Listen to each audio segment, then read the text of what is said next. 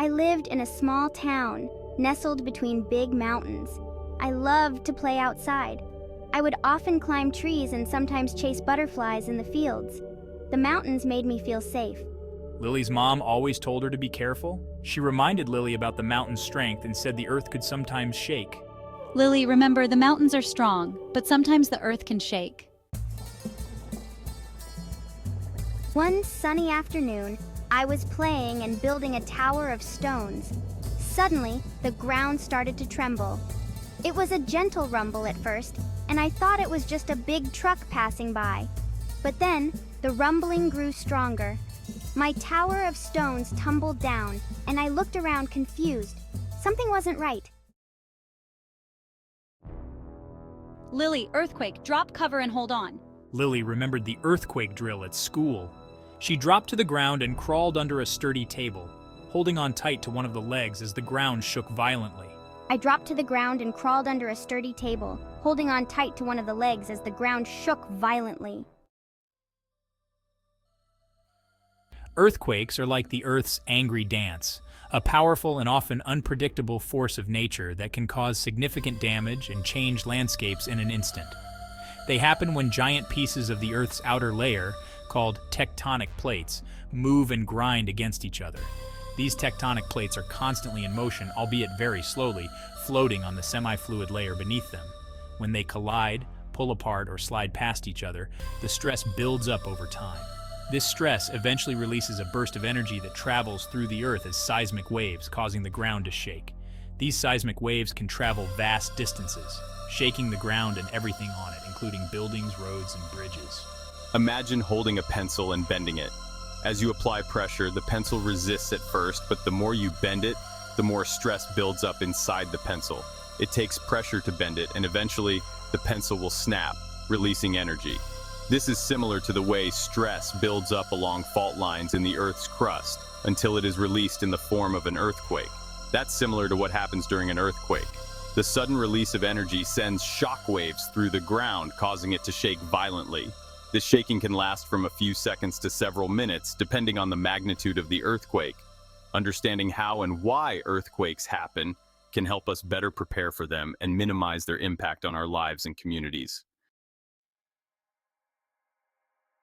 The shaking lasted what felt like forever. Finally, it stopped. The world outside was different.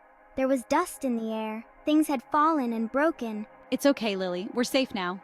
Lily could hear sirens in the distance. People were talking and shouting.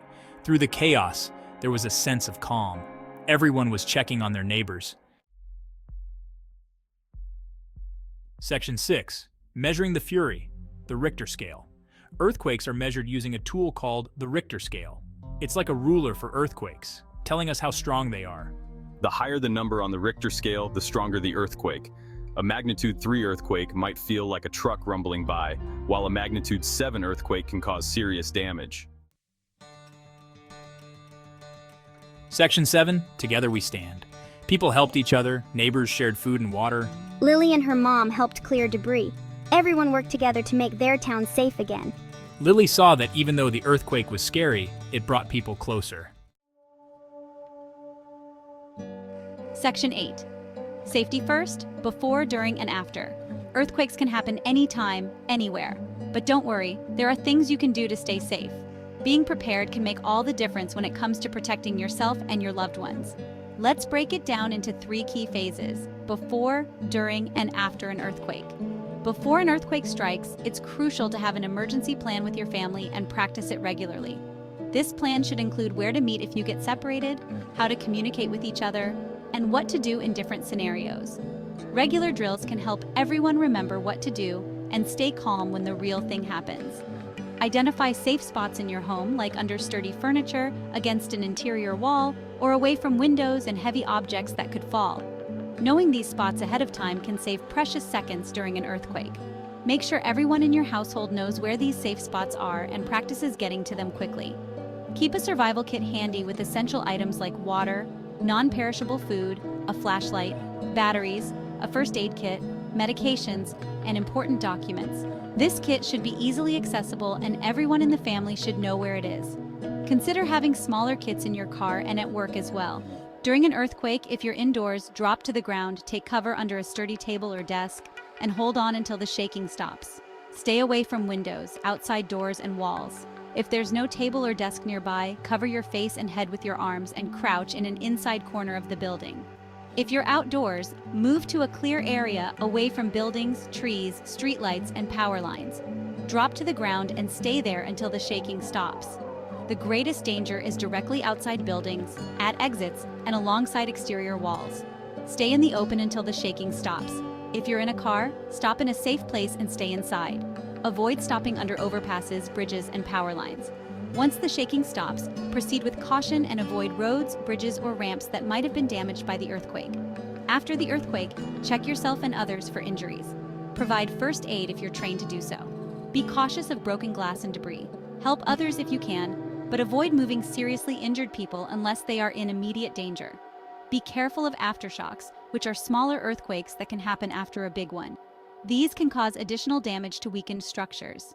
Stay alert and be prepared to drop, cover, and hold on again if necessary. Aftershocks can occur minutes, days, or even months after the main quake.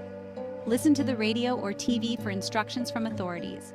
They will provide important information about the situation, including areas to avoid, evacuation orders, and where to find help. Stay informed and follow their guidance to ensure your safety and the safety of your loved ones. Section 9. Rising from the rubble. Days turned into weeks. Slowly, the town started to rebuild. People helped each other fix their homes. New buildings were built stronger. I even helped plant a new tree in the park.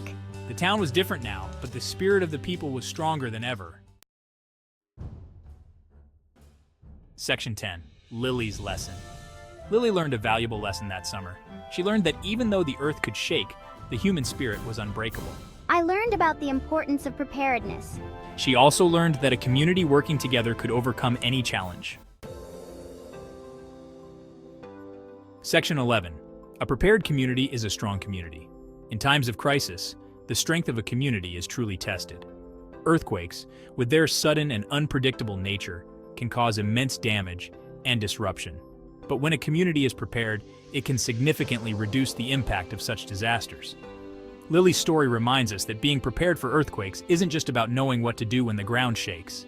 It's about having a plan in place, practicing that plan regularly, and ensuring that every member of the community knows their role.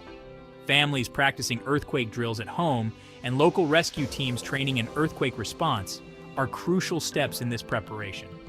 It's about building a stronger and more resilient community. This means not only preparing for the immediate aftermath of an earthquake, but also thinking long-term, reinforcing buildings, ensuring that infrastructure can withstand tremors, and having a clear recovery plan are all essential components of a resilient community. It's about looking out for one another, sharing resources, and working together to overcome challenges. In the wake of a disaster, the spirit of cooperation and mutual aid can make all the difference. Neighbors sharing supplies, community members helping each other with recovery efforts, and local organizations coordinating relief efforts are all examples of how we can support each other. By preparing together, we can face any storm, even an earthquake, with courage and hope. The act of coming together to clear debris, distribute emergency supplies, and rebuild what was lost strengthens the bonds within the community. It fosters a sense of unity and shared purpose. Remember, we're all interconnected, and by supporting each other, we can weather any storm. The diverse group of people holding hands in solidarity symbolizes the strength that comes from unity. When community members support each other during an earthquake recovery, it not only helps in the immediate aftermath, but also builds a foundation for future resilience. Together, we can create a community that is not only prepared for disasters, but also thrives in the face of adversity.